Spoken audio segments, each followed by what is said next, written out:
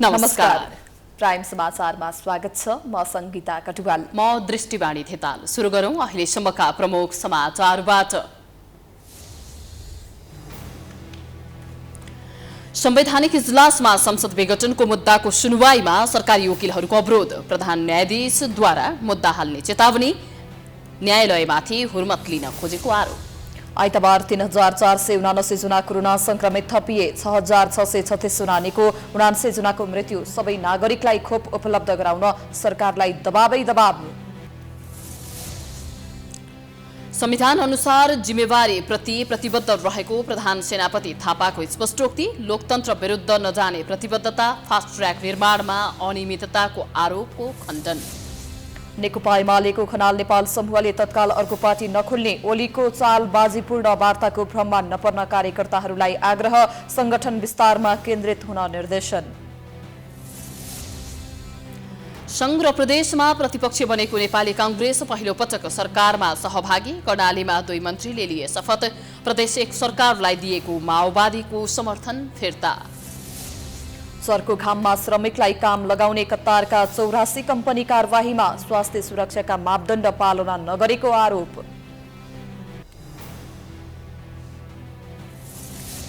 र नेपालले Asia cup छनौट अन्तर्गत समूह बी को 7औं खेलमा सोमबार जोर्डनसँग खेल्दै पहिलो लिगमा बेहोरेको हारको बदला लिने नेपालको लक्ष्य।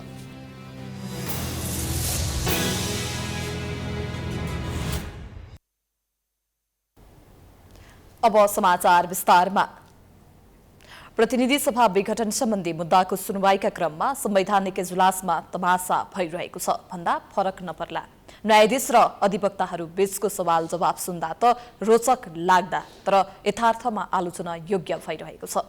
यसअघि रिट निवेदक पक्षका वकिलहरूले इजलासमा परेका न्यायाधीशमाथि प्रश्न उठाएर पुनर्गठन हुने गरेकोमा यसपटक सरकार पक्षका वकिलले सोही प्रश्न उठाएका छन्, जसले गर्दा सुनवाई लम्बिँदै गएको छ। एक रिपोर्ट।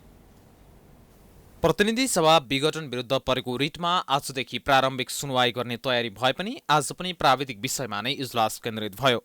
प्रधान न्यायाधीशले आइतबार वरिष्ठताको आधारमा इजलास गठन गरे पनि अधिवक्ता राजाराम घिमिरेले संवैधानिक इजलासमा समेटिएका सहित रोस्टरमा रहेका 11 जना न्यायाधीशले यो मुद्दा हेर्न नमिल्ने भन्दै निवेदन पेश गर्नु भएको थियो।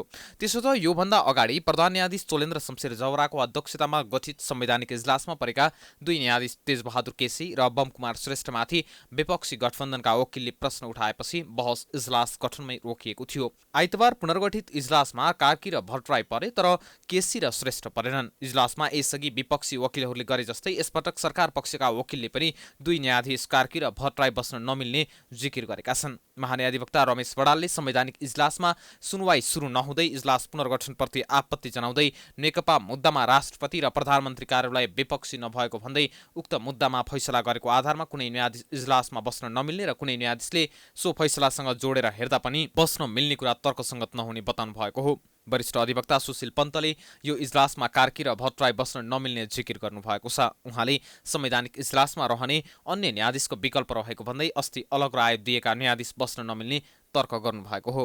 त्यस्तै अग्नि खरेलले न्यायाधीशहरू दीपक कार्की र आनन्दमोहन भट्टराईमाथि नैतिक प्रश्न उठाउनु भएको थियो। सरकारका पक्षले कार्की र भट्टराई संवैधानिक इजलासबाट बाहिरिन सुझाव दिएपछि मुद्दा सुनवाईको प्रक्रिया नै अवरुद्ध हुन पुग्यो। कतिपय कानुनविदले भने आजको संवैधानिक इजलासमाथि प्रश्न उठाउने ठाउँ नै नभएको तर्क गरेका छन्। वरिष्ठ अधिवक्ता दिनेश त्रिपाठीले योभन्दा अगाडि वरिष्ठता र ज्येष्ठता मिसिएको भए पनि अहिले नियमसङ्गत नै इजलास गठन भएकाले यसलाई लिएर प्रश्न उठाउनु भनेको समयको बर्बादी भएको बताउनु भएको छ। होइन, अब यो पहिलो कुरा त के छ भने यो प्रश्न जुन उठाइएको छ यसमा कुनै तर्क छैन, कुनै सब्स्टान्स छैन। यो चाहिँ यसको पछाडि कुनै औचित्य पनि छैन, कुनै कानुनी आधार पनि छैन। यो खालि एउटा खिचोला गर्ने जुन प्रवृत्ति देखिन्छ त्यसमा र यो मुद्दालाई चाहिँ लम्ब्याउन खोज्ने त्यो एउटा प्रवृत्ति देखियो।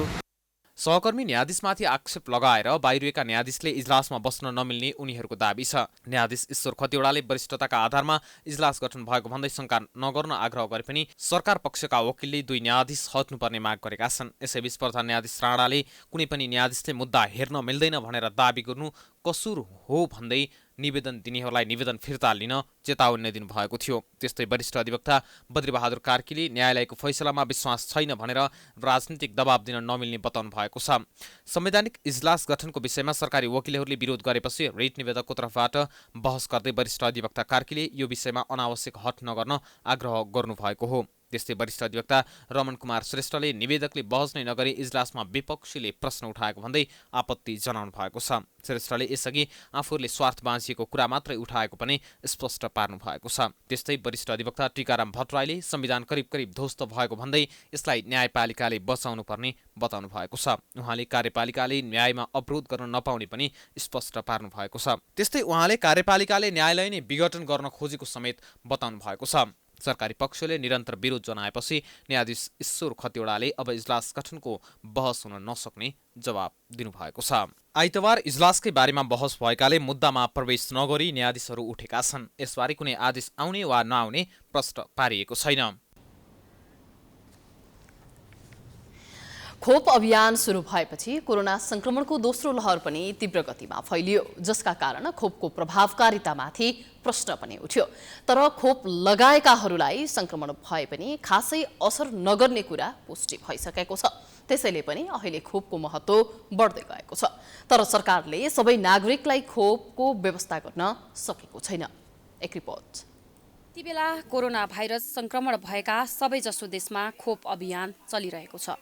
नेपालमा पनि खोप आइसकेको छ र 25 लाख भन्दा धेरैले लगाइसकेका छन्। अहिले कोरोना संक्रमितको संख्या पनि विगत केही हप्ताको तुलनामा अहिले केही कमी देखिएको छ। कोरोना संक्रमितको संख्या घट्नु खोप पनि एउटा प्रमुख कारण भएको चिकित्सक बताउँछन्। शुक्रराज ट्रपिकल तथा सरुवारोग अस्पतालका निर्देशक सागरराज भण्डारीले विशेष गरी खोप प्रयोग गरेकाहरूमा पनि कोरोना संक्रमण देखिए तापनि उनीहरूलाई कुनै गम्भीर प्रकारको लक्षण नदेखिएको बताउनुहुन्छ। खोप लगाएका व्यक्ति संक्रमित भएको खण्डमा साधारण औषधि सेवन पश्चात पनि निको भइरहेका छन्। खोप लागेका समूहहरूमा त्यति धेरै मोर्टालिटी देखिएको छैन। अहिले 65 वर्षका व्यक्तिहरूले प्रायः जसोले चाहिँ सिनियर सिटिजनले खोप लगाउनु भएर उहाँमा त्यस्तो प्रकारको मोर्टालिटी देखिन्न।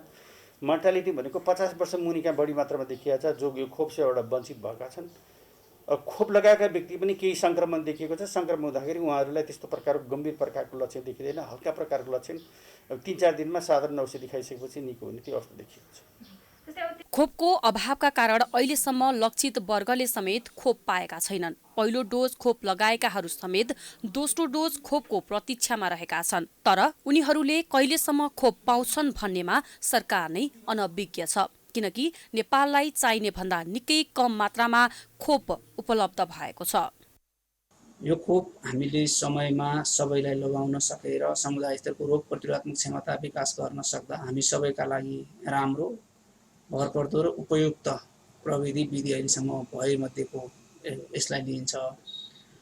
खोप उत्पादन र मागको हिसाबले हेर्ने हो भने संसारभरि माग धेरै, उत्पादन कम भएको र उत्पादन हुने ठाउँहरूबाट पनि माग भएका ठाउँहरूसम्म भने अनुसारको समयमा चाहे अनुसार खोपहरू पुग्न सकिरहेको अवस्थाहरू हामीले देखेका छैनौँ। यो निकै गाह्रो छ। हामीले पनि जनस्वास्थ्य विज्ञ डाक्टर समीरमणि दीक्षितले खोपको विकल्प खोप नै भएको भन्दै राज्यले जतिसक्दो छिटो नागरिकलाई खोप उपलब्ध गराउनुपर्ने बताउनुहुन्छ। खोपले कडा खालको लक्षण नदेखिनुको साथै मृत्युदर पनि अत्यन्त न्यून हुने दीक्षितको दाबी छ। कुनै पनि खोप 50% खाटेपछि राम्रो गरिन्छ। 2 जनामा 1 जनालाई 100% यसले सुरक्षा प्रदान गर्छ भने राम्रो हो। त्यही हिसाबले चाहिँ हामी कसरी विचार गर्नुपर्छ भन्दाखेरि अहिले हामीले 70 देखि 90% प्रभावकारिता भएको खोपहरू चलाइरहेका छौँ नेपालमा र अन्य 2-3 खोप पनि जुन अनुमति दिइसकेको छ नेपाल सरकारले, तिनीहरूको त्यस्तै राम्रो प्रतिशत अङ्क छ, करिब 80 देखि 90% छ प्रभावकारिता। तिनीहरू पनि ल्याउनु पर्यो र अहिले हामीले प्रश्न चाहिँ नि कति प्रभावकारी भनेर सोध्ने होइन कि हाम्रो अगाडि खोप आउँछ र यदि विश्व स्वास्थ्य सङ्गठनले अनुमति दिएको छ भने लगाउने हो। किनभने खोपले फेरि पनि जीवन रक्षा गर्छ। खोप लागेको व्यक्तिमा कडा लक्षण अथवा मृत्यु हुने सम्भावना अत्यन्त न्यून हुन्छ। नेपाल सरकारले खरिद गरेको 20 लाख डोज खोप मध्ये 10 लाख डोज मात्रै नेपाल आएर प्रयोग भएको छ। बाँकी खोप आउने पत्तो छैन। अनुदान स्वरूप भारतले 10 लाख, कोभ्याक्स अभियान मार्फत 3,48,000 भारतीय सेनाबाट नेपाली सेनालाई सहयोग स्वरूप दिएको 1 लाख डोज, चीनबाट पहिलो र दोस्रो चरण गरी 17 लाख डोज खोप नेपाल आएको छ। यसअघि चीन सरकारले अनुदान प्राप्त 8 लाख डोज प्रयोग भइसकेको छ भने केही दिन अगाडि आएको 9 लाख डोज खोप जेठ 25 गतेदेखि 60 देखि 64 वर्ष उमेर समूहका लागि दिने निर्णय सरकारले गरेको छ। त्यस्तै अमेरिकाले पनि कोरोना विरुद्धको खोप अनुदानमा दिने बताएको छ। यद्यपि कुन खोप र कति परिणाममा दिने भन्ने बारे खुलाइएको छैन। त्यस्तै डेनमार्क सरकारले नेपालका लागि 14 लाख डोज एस्ट्राजेनेकाको खोप प्रदान गर्ने भन्दै पत्राचार गरेको स्वास्थ्य सेवा विभागले जनाएको छ। अहिलेको अवस्था हेर्दा सरकारले अनुदानको फरपरी खोप खरिदमा खासै प्रभावकारी कदम चालेको देखिएको छैन, जसको कारण सम्पूर्ण नेपालीले कहिलेसम्म खोप पाउँछन् भन्ने विषय अन्यल रहेको छ। प्राइम टाइम्स टेलिभिजनका लागि सृजना कार्कीको रिपोर्ट। कोरोनाको दैनिक संक्रमणमा आज पनि कमी आएको छ। निषेधाज्ञाको 1 महिना नाघेसँगै संक्रमण पनि नियन्त्रण उन्मुख देखिएको हो। आज 3,479 जना संक्रमित थपिँदा 6,636 जना संक्रमण मुक्त भएका छन्। 79 जना संक्रमितको मृत्यु भएको छ। एक रिपोर्ट। केही दिन यता संक्रमित भन्दा निको हुनेको संख्या बढी देखिएको छ। आइतबार 6,636 जना निको भएका छन्। यो कोरोना संक्रमित भन्दा 3,479 जना बढी हो। अहिले संक्रमण पश्चात निको हुने दर 83.5% पुगेको छ। हालसम्म 4,91,009 जना निको भएका छन्। आइतबार 10,471 पीसीआर र 6,262 एन्टिजेन परीक्षण गर्दा पीसीआरमा 3,024 र एन्टिजेनमा 455 गरी 3,479 जनामा कोरोना संक्रमण पुष्टि भएको हो। यो परीक्षण मध्ये संक्रमण दर 28.9% हो। संक्रमित मध्ये काठमाडौँमा 731, भक्तपुरमा 146 र ललितपुरमा 254 गरी काठमाडौँ उपत्यकामा 1,131 जना नयाँ संक्रमित थपिएका हुन्। हाल 47 जिल्लामा 500 भन्दा बढी सक्रिय संक्रमित रहेका छन्। आजको तथ्याङ्कमा हेर्दा देशभरि 47 जिल्लाहरूमा सक्रिय संक्रमितहरू 500 भन्दा ज्यादा रहेको अवस्था छ। यी विशेष गरी रातोमा देखाइएका जिल्लाहरूमा हामीले जनस्वास्थ्यको मापदण्ड पालनामा अझै कडाई गर्नुपर्ने देखिन्छ। गत 24 घण्टामा गरिएका कुल पीसीआर परीक्षण मध्ये देशभरको संक्रमित दर 28.9% छ भने कोभिड-19 संक्रमण मुक्त भई 6,636 जना डिस्चार्ज हुनुभएको छ। कोरोना संक्रमणका कारण 79 जना संक्रमितको मृत्यु भएको छ। अहिलेसम्म कोरोना संक्रमणका कारण 7,898 जनाको निधन भएको छ। अहिले 89,217 जना संक्रमित आइसोलेसनमा छन्। 82,703 जना होम आइसोलेसन र 6,514 जना संस्थागत आइसोलेसनमा छन्, जसमध्ये 1,442 आइसियू र 381 जनाको भेन्टिलेटरमा उपचार भइरहेको स्वास्थ्य तथा जनसङ्ख्या मन्त्रालयले जनाएको छ। सक्रिय संक्रमितहरूको संख्या 89,217 रहेको छ, जसमध्ये होम आइसोलेसनमा 82,703 जना हुनुहुन्छ भने संस्थागत आइसोलेसनहरूमा 6,514 जना हुनुहुन्छ। संस्थागत आइसोलेसनमा रहनुभएकाहरूमध्ये 1,442 जना आइसियू अथवा सघन उपचार कक्षमा हुनुहुन्छ, जसमध्ये 381 जना भेन्टिलेटरको विधिबाट उपचाररत हुनुहुन्छ। स्वास्थ्य तथा जनसङ्ख्या मन्त्रालयले कोरोना संक्रमितको उपचार तथा व्यवस्थापनमा खटिएका अग्रपन्थीका स्वास्थ्यकर्मी र अन्य कर्मचारीलाई 50% जोखिम भत्ता उपलब्ध गराउनका लागि सबै सरकारी अस्पताल, प्रदेश स्वास्थ्य मन्त्रालय तथा प्रदेश सामाजिक विकास मन्त्रालयसँग विवरण माग गरेको छ। स्वास्थ्य मन्त्रालयले आइसोलेसन सेन्टर, प्रयोगशाला, अस्पतालहरूलाई कोरोना उपचार गर्ने सम्झौता वा सञ्चालन गर्ने निर्णय, बिरामीहरूको रियल टाइम रिपोर्टिङ, ड्युटीमा खटिएकाको मात्रै ड्युटी लिस्ट र ड्युटीमा खटिएकाहरूको मात्रै तलबी भपाई 1 हप्ताभित्र उपलब्ध गराउन सूचीकृत गरेको छ।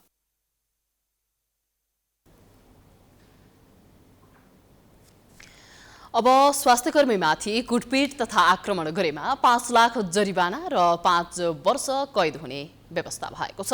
राष्ट्रपति विद्यादेवी भण्डारीले आज जारी गरेको स्वास्थ्यकर्मी तथा स्वास्थ्य संस्थाको सुरक्षा सम्बन्धी अध्यादेशमा यो व्यवस्था उल्लेख गरिएको छ।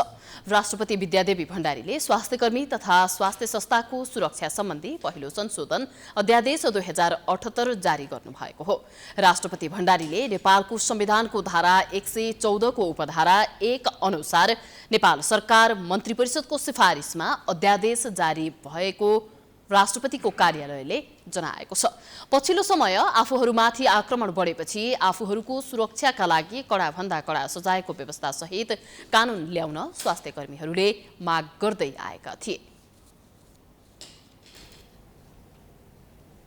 नेपाली सेनाले दायित्व र जिम्मेवारी संविधानले निर्धारण गरेकोले सोही अनुसार अघि बढ्ने स्पष्ट पारेको छ। आज प्रधान सेनापतिले पत्रकार सम्मेलन गरेर सेना सधैँ प्रजातन्त्र, नेपाली जनता र संविधानको पक्षमा रहेको बताउनु भएको हो। त्यसैगरी फास्ट ट्र्याक निर्माणका क्रममा सेनाले अनियमितता गरेको भन्ने आरोपको पनि खण्डन गरेको छ।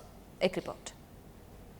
नेपाली सेनाका प्रधान सेनापति पूर्णचन्द्र थापाले नेपाली सेना सदैव लोकतान्त्रिक मूल्य र मान्यतामा अडिग रही आफ्नो संवैधानिक दायित्वको अधीनमा रहेर अघि बढ़िरहेको स्पष्ट पार्नु भएको छ। प्रधान सेनापति थापाले जंगी अड्डामा आयोजित संचारकर्मीसँगको अन्तर्क्रिया कार्यक्रममा बोल्दै नेपाली सेना सधैँ प्रजातान्त्रिक र पद्धतिमा कटिबद्ध रहेको स्पष्ट पार्नुभयो। प्रधान सेनापति थापाले नेपाली सेना गैर राजनैतिक संगठन भएको स्पष्ट पार्नुभयो। उहाँले सेनाको संवैधानिक दायित्व संविधानले स्पष्ट उल्लेख गरेको बताउँदै सोही अनुसार कर्तव्य पूरा गर्ने बताउनुभयो। यो नेपाली सेना एउटा अपोलिटिकल संगठन भएको कारणले गर्दाखेरि राजनीतिक विषयमा प्रवेश गर्नु सान्दर्भिक पनि नहोला। यद्यपि नेपाली सेनाको संवैधानिक जुन दायित्व छ त्यो संवैधानिक दायित्व नेपालको संविधानले प्रष्ट रूपमा उल्लेख गरेको छ। यसका प्राइमरी रेस्पोन्सिबिलिटी के हुन् र यसका सेकेन्डरी रेस्पोन्सिबिलिटीहरू के हुन् र देशमा सङ्कट आइपर्दाखेरि नेपाली सेनाको जिम्मेवारी के हो भन्ने पक्ष पनि संविधानले नै प्रश्न गरिसकेको कारणले गर्दाखेरि यसमा म प्रवेश गरिरहन आवश्यक ठान्दिनँ र हाम्रो जहिले पनि नेपाली सेनाले चाहिँ डेमोक्रेटिक भ्याल्युज सिस्टमलाई अंगीकार गर्दै आएको छ।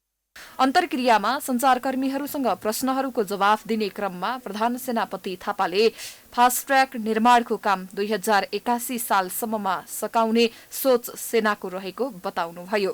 थापाले फास्ट ट्र्याकको ठेक्का चिनिया कम्पनीलाई दिएको कदमको समेत बचाउ गर्नुभएको छ। फास्ट ट्र्याकको ठेक्का सार्वजनिक खरिद ऐन 2064 अन्तर्गत रहेर गरिएको भन्दै अविश्वास गर्नुपर्ने कारण नभएको उहाँको जिकिर थियो। सेनाले प्रतिस्पर्धाविहीन अवस्था बनाएर चिनिया कम्पनीलाई 50 अर्ब बराबरको फास्ट ट्र्याकको ठेक्का हस्तान्तरण गरेको विषय विवादमा आइरहँदा सेनापतिको पछिल्लो धारणा आएको हो। संसदको लेखा समितिले दुईवटा ठेक्का प्रक्रिया मध्ये एउटा रद्द गरी नयाँ प्रक्रिया बढ़ाउन निर्देशन दिँदा पनि सेनाले अवज्ञा गरेको विषय आएको थियो। उहाँले ऐनलाई टेकेर नै कानून सम्मत तरिकाले निर्माणको जिम्मेवारी दिएको बताउनुभयो। नेपाली सेनाले यस्ता आयोजनाहरू लिँदाखेरि सार्वजनिक खरिद ऐन 2063 र सार्वजनिक खरिद नियमावली 2064 र अरू जुन व्यवस्थाहरू छन् ती चाहिँ प्रणाली र पद्धतिमा आधारित व्यवस्थाहरू नेपाली सेनाले अपनाएको छ कि छैन र त्यो कानुनी रूपमा यसलाई चाहिँ अगाडि बढाएको छ कि छैन भन्ने पक्षहरू अत्यन्त महत्त्वपूर्ण हुन्छ र त्यसमा म प्रश्न हुन चाहन्छु। यी सबै कामहरू ती ऐन नियम नेपाल सरकारको विधि विधान अनुसार नै भएका कारणले गर्दाखेरि यसमा तपाईहरुले कुनै पनि ढंगले नेपाली सेनालाई अविश्वास गर्नुपर्ने ठाउँ छ जस्तो मलाई लाग्दैन। त्यस्तै प्रधान सेनापति थापाले शान्तिकालीन अवस्थामा सेना सीमामा नखटिने बताउनुभयो। उहाँले शान्तिकालीन अवस्थामा सीमामा सशस्त्र प्रहरी खटिने प्रश्न पार्नुभयो। सीमा क्षेत्रमा सबै निकायसँग समन्वय गरेर सेनाले काम गरिरहेको थापाको स्पष्टोक्ति थियो। हुने जुन गतिविधिहरू छन् ती गतिविधिले नेपाली सेनाको सुरक्षा योजनामा पनि असर भने पार्न सक्छ। त्यसकारणले अरु सुरक्षा निकायहरूको समन्वयमा र भोलिका दिनहरूमा आवश्यकता अनुसार यो इन्टर अर्गनाइजेसनल कोअर्डिनेसनको चाहिँ अत्यन्तै जरुरत पर्दछ र त्यसको निमित्त हामी चारवटै सुरक्षा निकाय र अरु सम्बद्ध निकायहरूको बीचमा आवश्यकता अनुसार छलफल अन्तर्क्रिया आदि इत्यादिहरू भइ नै रहन्छ। तर शान्तिकालीन अवस्थामा नेपाली सेना अथवा कुनै पनि सेना सीमामा तैनात हुँदैन। सरकारले सर्वे तथा सीमा अनुगमन निर्देशनालय खडा गरिसकेको छ र त्यो जङ्गी अड्डामा स्थापित भइसकेको छ र शान्तिकालीन अवस्थामा सीमा व्यवस्थापनमा अन्य सुरक्षा निकाय, परराष्ट्र मन्त्रालय, गृह मन्त्रालय, नापी विभाग आदिको समन्वयमा अहिले बोर्डरको अवस्था के छ आदि भन्ने विषयमा हामी अहिले पनि सहकार्य गरिरहेका छौँ। विभिन्न किसिमका इन्फर्मेसनहरू, नक्सा आदिको विषयमा पनि हाम्रो सहकार्य जारी छ। त्यसकारणले अहिलेसम्म म प्रधान सेनापति भएको र मेरो आज 1000 दिन पुग्दाको दिनसम्म मैले तपाईँहरूलाई अपडेट गराउँदाखेरि सर्वे तथा सीमा अनुगमन निर्देशनालय औपचारिक रूपमा नै स्थापना भइसकेको छ। Thank you. थापाले सरकारसँगको वार्तापछि विप्लव समूह शान्तिपूर्ण मूल राजनीतिमा आउने संकेत रहेको विश्वास व्यक्त गर्नुभएको छ। नेपाली सेनालाई जहिले पनि सुरक्षा चुनौती आउने बताउँदै समाजमा कसैले द्वन्द्व फैलाउन खोज्छ भने अन्य सुरक्षा निकाय, मिडिया र आम नागरिकको सहयोगमा त्यसलाई परास्त गर्न सकिने उहाँको भनाइ छ। प्रधान सेनापति थापाको 3 वर्षे कार्यकाल आगामी भदौ 24मा सकिँदैछ। आइतबार भने उहाँले प्रधान सेनापतिको जिम्मेवारी सम्हालेको 1000 दिन पूरा भएको छ। सोही अवसरमा पत्रकार सम्मेलन गरेर उहाँले आफ्ना धारणा सार्वजनिक गर्नुभएको हो। समाचारको सिलसिला अझै जारी छ। हामी विश्रामपछि आउँछौं।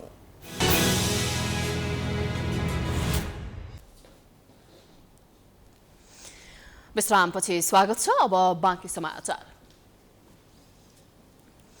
नेकपा एमालेको खनाल नेपाल समूहले तत्कालीन अर्को पार्टी नखोल्ने भएको छ। पार्टीभित्र निरन्तरको विद्रोह र अध्यक्ष केपी शर्मा ओलीले कारबाही गर्दा समेत खनाल नेपाल समूह नयाँ पार्टी गठनका लागि अग्रसर नहुनुलाई आश्चर्यजनक रूपमा हेरिएको छ। दोस्रो तहका नेताहरू तयार नहुँदा नेतृत्व पछि हटेको देखिन्छ। एक रिपोर्ट। बिहिबार र शुक्रबार बसेको नेकपा एमालेको खनाल नेपाल समूहको केन्द्रीय कमिटी बैठक एवं शनिबार सम्पन्न स्थायी कमिटी बैठकमा अध्यक्ष केपी ओलीसँगको व्यापक असहमति र अन्तर्द्वन्द्वका बीच कसरी अघि बढ्ने भन्ने विषयमा गहन छलफल भएको थियो। बैठकमा सहभागी नेताहरूले पार्टी अध्यक्ष ओली सुध्रिने कुनै सम्भावना नदेखिएकाले अर्को पार्टी गठन गरेर अगाडि बढ्नुपर्नेमा जोड दिएका छन्। खनाल नेपाल समूह निकट जनवर्गीय संगठनका प्रमुखहरूले पनि एक संयुक्त विज्ञप्ति जारी गर्दै आफ्ना माग पूरा गर्न पार्टी नेतृत्व तयार नभए नयाँ पार्टी खोल्नुपर्ने बताएका छन्। तर खनाल नेपाल समूहको नेतृत्वले भने पार्टी एकताको लागि अन्तिम समयसम्म प्रयास गर्ने निर्णय गरेको छ। पार्टी अध्यक्ष ओलीले वार्तालाई जालझेलको विषय बनाएको खनाल नेपाल समूहका नेताहरू बताउँछन्। पार्टी एकताको लागि प्रतिबद्ध हुँदाहुँदै पनि नेताहरूमाथिको कारवाही फुकुवा नहुँदासम्म औपचारिक वार्ता हुन नसक्ने उनीहरूको भनाइ छ। पार्टीको वरिष्ठ नेताहरूलाई कारवाही गर्ने अनि पार्टीका 12-13 जना स्थायी सदस्यलाई कारवाही गर्ने, वार्ता कमिटीको स्वयं संयोजक रहेका भीमरावलाई कारवाही गर्ने भए त वार्ता त हुने कुरा भएन।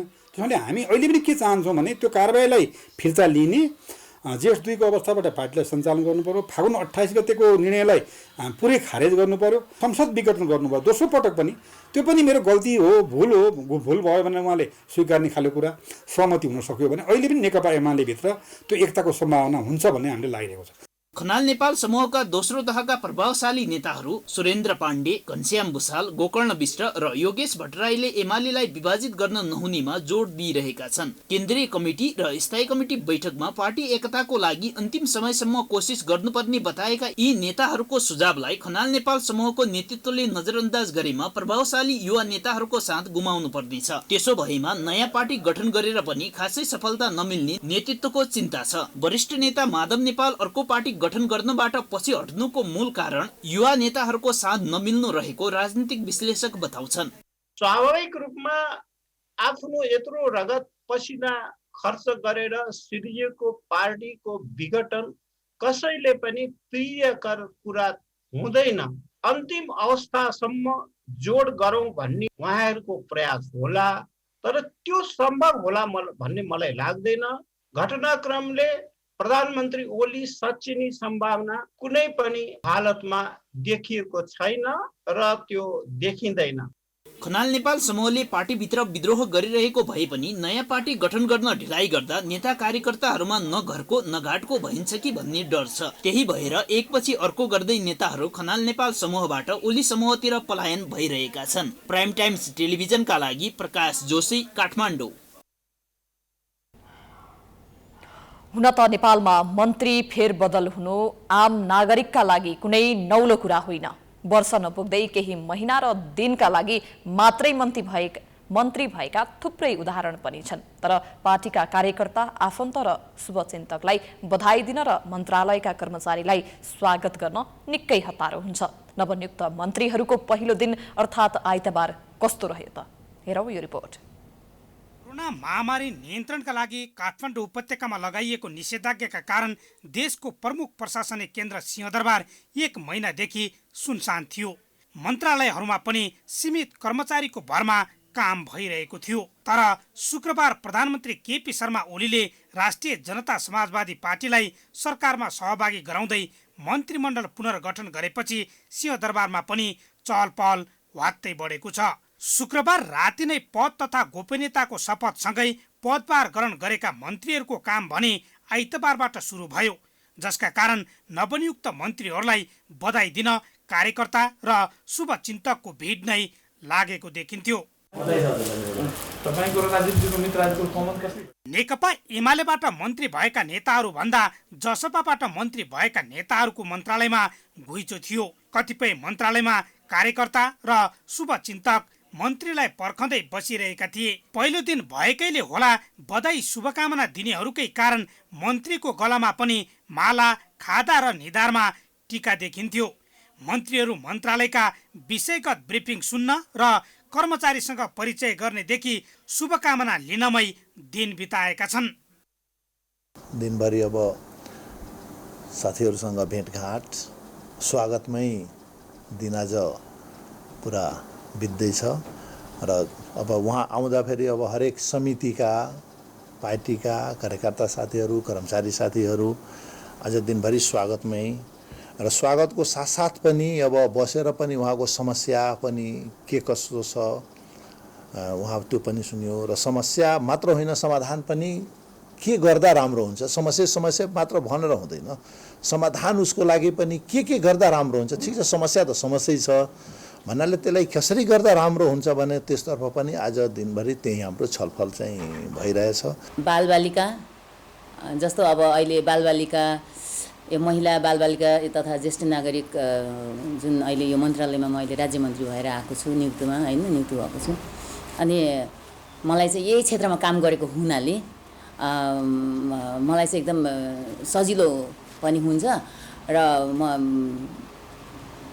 यो तीनैवटा र अर्को अपाङ्ग पनि छ होइन, चाहिँ सबैलाई म बराबर प्राथमिकता दिन्छु। यसभन्दा अघि नै मन्त्री भइसकेका नेताहरूलाई समेत अर्कै मन्त्रालयको जिम्मेवारी दिएपछि उनीहरू पनि छलफलमै छन्। एकातिर निर्वाचन तोकिएको छ, अर्कोतिर संसद पुनर्स्थापना बारे सर्वोच्च अदालतमा सुनाई जारी नै छ। यही समयमा मन्त्री नियुक्त भएकाहरू निर्वाचनसँगै मन्त्रालयको काममा प्राथमिकता दिने बताइरहेका छन्। नयाँ मन्त्रालयमा नयाँ प्रकारको काम गर्ने जिम्मेवारी प्राप्त भएको छ। पहिलेकै मन्त्रालय भएको भए अर्को प्रकारले बुझिएको स्थिति हुन्थ्यो भने अब यो नयाँ काम, नयाँ प्रकारको मन्त्रालय छ। अब स्वाभाविक रूपले खानेपानीसँग सम्बन्धित विषयवस्तु हो, जुन मान्छेलाई उठ्ने बित्तिकै र सुत्ने बेलासम्म चाहिरहने चिज हो। सिंहदरबारका अन्य मन्त्रालयमा स्वागत तथा बधाईको कार्यक्रम चलिरहँदा कृषि तथा पशुपन्छी विकास मन्त्रालयमा भने पूर्व मन्त्रीको विदाई कार्यक्रम चलिरहेको थियो। प्रधानमन्त्री ओलीले मन्त्रीबाट हटाएपछि पद्मा अर्याललाई कर्मचारीले विदाई गरिरहेका थिए। मन्त्री फेरबदलले कर्मचारीलाई नै दिक्क भएर हुन सक्छ। केही मन्त्रालयमा मन्त्रीका नेम प्लेट समेत फेरिएको थिएन भने केहीमा कागजमा प्रिन्ट गरेर टाँसिएको थियो।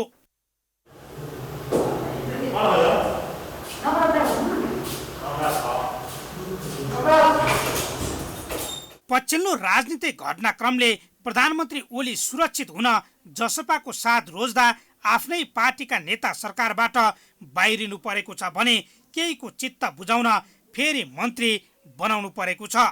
सामान्य जनतालाई मन्त्री को बन्यो को हट्योसँग कुनै सरोकार छैन, तर मन्त्रालयबाट जनताका लागि के गर्यो भन्ने मूल विषय हो। बधाई तथा शुभकामनाको ओइरो आउँदै गर्दा मन्त्रालयबाट बाहिरिने बेला विवादित बन्नबाट बच्ने कि?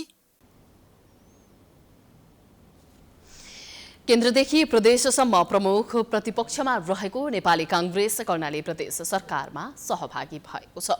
नेकपा माओवादी र एमाले विभाजन भएपछि 6वटै प्रदेशमा तत्कालीन नेकपाको सरकार अप्ठ्यारोमा परेको थियो। सोही क्रममा कर्णाली प्रदेशमा ओली पक्षीय एमाले माओवादी सरकारलाई दिएको समर्थन फिर्ता लिएपछि सरकार अल्पमतमा परेको थियो।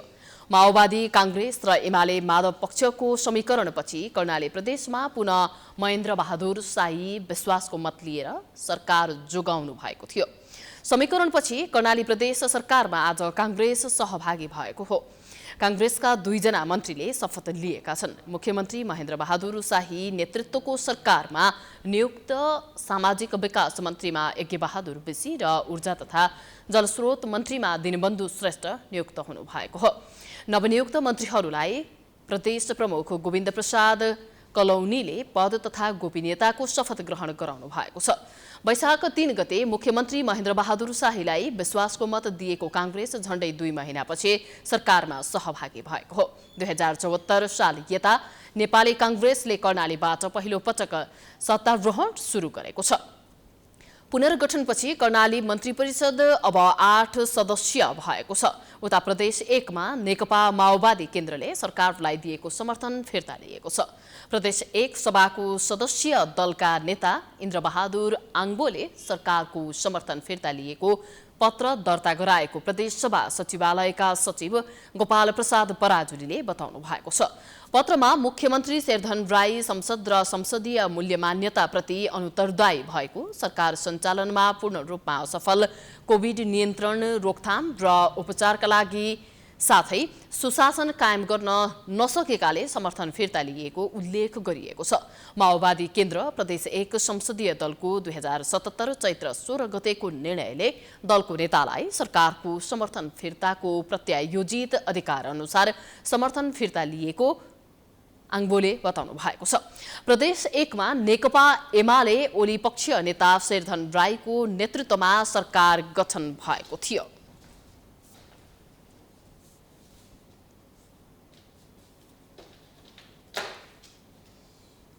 समाचारको सिलसिला जारी छ। हामी विश्रामपछि आउँछौँ। विश्रामपछि पुनः स्वागत छ। अब आर्थिक समाचार।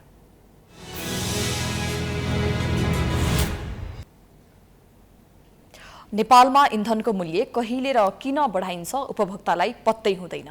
दैनिक उपभोग्य वस्तु अन्तर्गतको इन्धनको मूल्य बढाउँदा उपभोक्तालाई पर्ने असरप्रति सम्बन्धित निकाय पनि बेखबर जस्तै छन्। उपभोक्ताहरू भने जति पटक मूल्य बढाए पनि निरीह बनेर बढेको मूल्य तिर्न बाध्य छन्।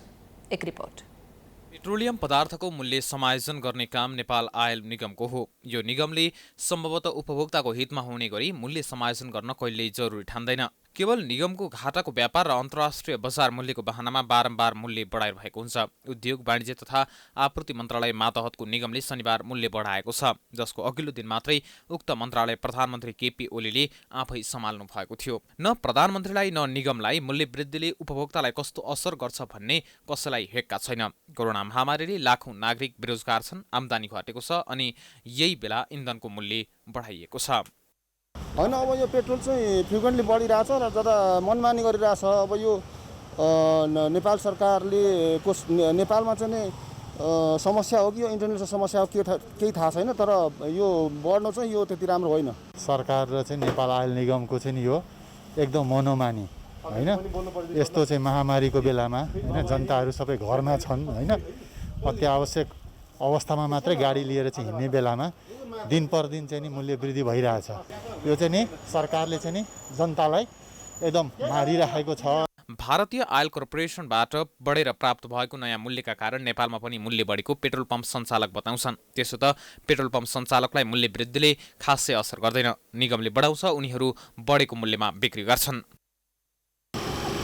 अब अहिलेको अवस्था त बेग्लै छ, तर चाहिँ जुन चाहिँ हामीले भारतबाट किन्ने हो, हामीले भारतसँग जाँच्ने हो, अरू कन्ट्रीसँग जाँचेर हुँदैन। अहिले पनि भारतमा झन्डै 35 रुपियाँ पेट्रोल महँगो छ हामीभन्दा। हामी चाहिँ 35 रुपियाँ सस्तैमा बेचिरहेका छौँ। सरकारले यसमा चाहिँ पहल गर्नुपर्छ। उसले कर घटाइदिएपछि मात्रै चाहिँ यसको भाव घट्न सक्छ। कर घटेन भने यसको भाव घट्न सक्दैन। विगतमा इन्धनको मूल्य वृद्धि हुँदा विभिन्न राजनीतिक दलका भातृ संगठनले सडक आन्दोलन गर्दथे। ती आन्दोलनले कैयौं पटक मूल्य वृद्धिको निर्णय फिर्ता पनि भएका छन्। तर केपी ओलीको नेतृत्वमा सरकार बनेपछि विद्यार्थी संगठनको आन्दोलनले बढेको मूल्य फिर्ता गराउन सकेको छैन। त्यही पनि मूल्य वृद्धिको विरोध भने रोकिएको छैन। अहिले पेट्रोलियम पदार्थ मार्फत अत्यधिक रूपमा चर्को करहरू असुली गरिएको छ।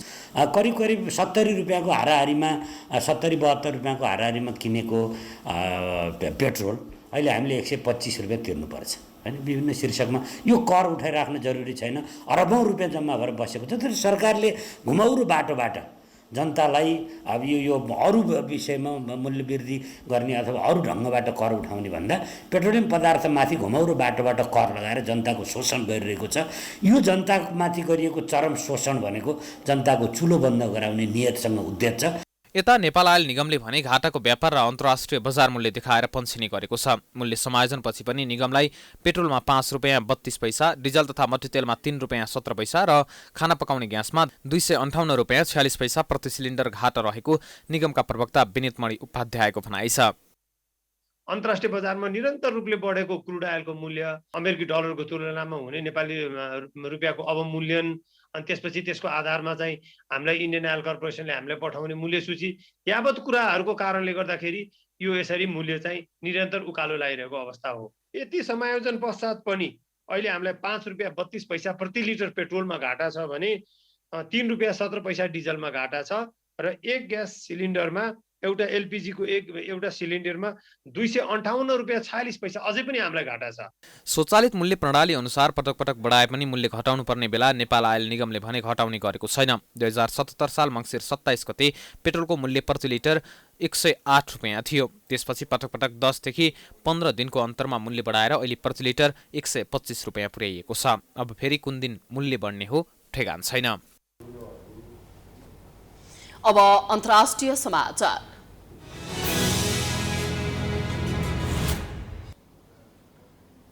चर्को घाममा समेत श्रमिकलाई काम लगाउने कतारका 84 कम्पनी कारबाहीमा परेका छन्। कतारको प्रशासनिक विकास तथा सामाजिक मन्त्रालयले गरेको निरीक्षणमा विभिन्न 84 कम्पनीले श्रमिकलाई स्वास्थ्य सुरक्षाका उपाय बिना नै चर्को घाममा काम लगाएको पाइएपछि कारबाही गरेको हो। मन्त्रालयले जुन 1 देखि 3 तारिकसम्म निरीक्षण गर्दा ती कम्पनीहरू कारबाहीमा परेको जनाएको छ। कतारमा खुल्ला कार्यक्षेत्रमा काम गर्ने कामदारहरूमा जुन 1 देखि सेप्टेम्बर 15 तारिकसम्मका लागि काम गर्ने समय सीमा यसअघि नै तोकेको थियो। खुल्ला क्षेत्रमा काम गराउने कम्पनीले बिहान 10 देखि अपराह्न 3 बजेसम्म अत्यधिक गर्मी हुने भएकाले श्रमिकहरूलाई बाहिरी काममा लगाउन निषेध गरिएको छ। साथै कार्य समय तालिकाको सूचना पत्र कामदारले र श्रम निरीक्षकले निरीक्षण गर्न आएका बेला सजिलै देख्ने गरी टाँसिएको हुनुपर्नेछ। गर्मीमा काम लगाउँदा श्रमिकको लुगा हावा छिर्ने, पारदर्शी र खुकुलो हुनुपर्ने तथा काम लगाउनु अघि मेडिकल रिपोर्ट अनिवार्य हुनुपर्ने नियम रहेको छ।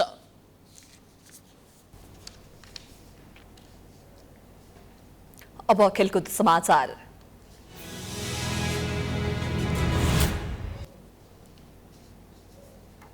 नेपालले एसिया कप छनौट अन्तर्गत समूह बी को 7औं खेलमा सोमबार जोर्डनसँग खेल्दैछ। पहिलो लेगको खेलमा नेपाली टिम जोर्डनसँग 3-0ले पराजित बनेको थियो। नेपाल र जोर्डन बीचको खेलको नतिजाले घरेलु टोली कुवेतको एसिया कप खेल्ने सम्भावना पनि जोडिएको छ। नेपालका प्रशिक्षक पनि कुवेतकै भएकोले जोर्डन विरुद्धको खेल पनि महत्त्वपूर्ण रूपमा हेरिएको छ। समूह बीमा जोर्डन 5 खेलबाट 10 अङ्क सहित तेस्रो स्थानमा छ। कुवेत 6 खेलबाट 10 अङ्क सहित दोस्रो स्थानमा छ। यदि नेपालले जोर्डनलाई पराजित गरेमा यसको फाइदा कुवेतलाई पनि हुनेछ। अस्ट्रेलिया 5 खेलमा 100% जित सहित 15 अङ्क जोडेर शीर्ष स्थानमा छ र एसिया कप छनौट नजिक पुगिसकेको छ। त्यसैले कुवेत र जोर्डन समूहमा दोस्रो भएर एसिया कप छनौट हुने लक्ष्यमा छन्। नेपाली राष्ट्रिय फुटबल टोलीका प्रशिक्षक अब्दुल्लाह अल मुताइरीले भोलिको खेलमा नतिजा आफ्नो पक्षमा पार्नका लागि हरेक मिनेट राम्रो प्रदर्शन गर्ने बताउनु भएको छ।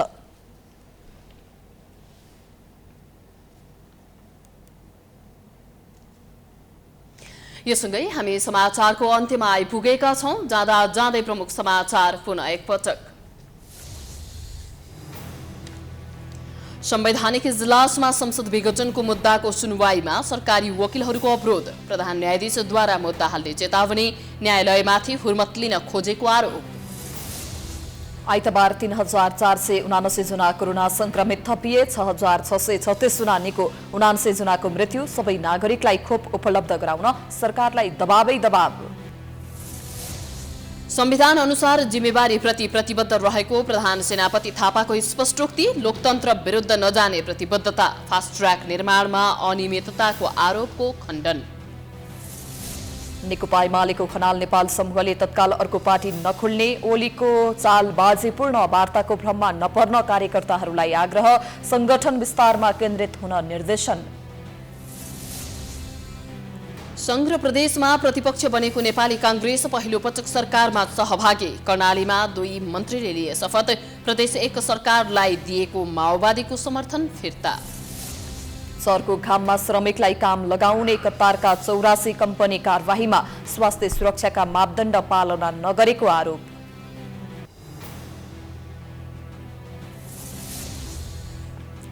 र नेपालले एसिया कप छनौट अन्तर्गत समूह बी को 7औं खेलमा सोमबार जोर्डनसँग खेल्दै पहिलो लिगमा बेहोरेको हारको बदला लिने नेपालको लक्ष्य। समाचार अहिलेलाई सकियो। यसपछिको प्रस्तुति जनता जान्न चाहन्छन् ऋषि धमलाको साथमा। हेर्दै गर्नुहोला प्राइम टाइम्स टेलिभिजन। नमस्कार।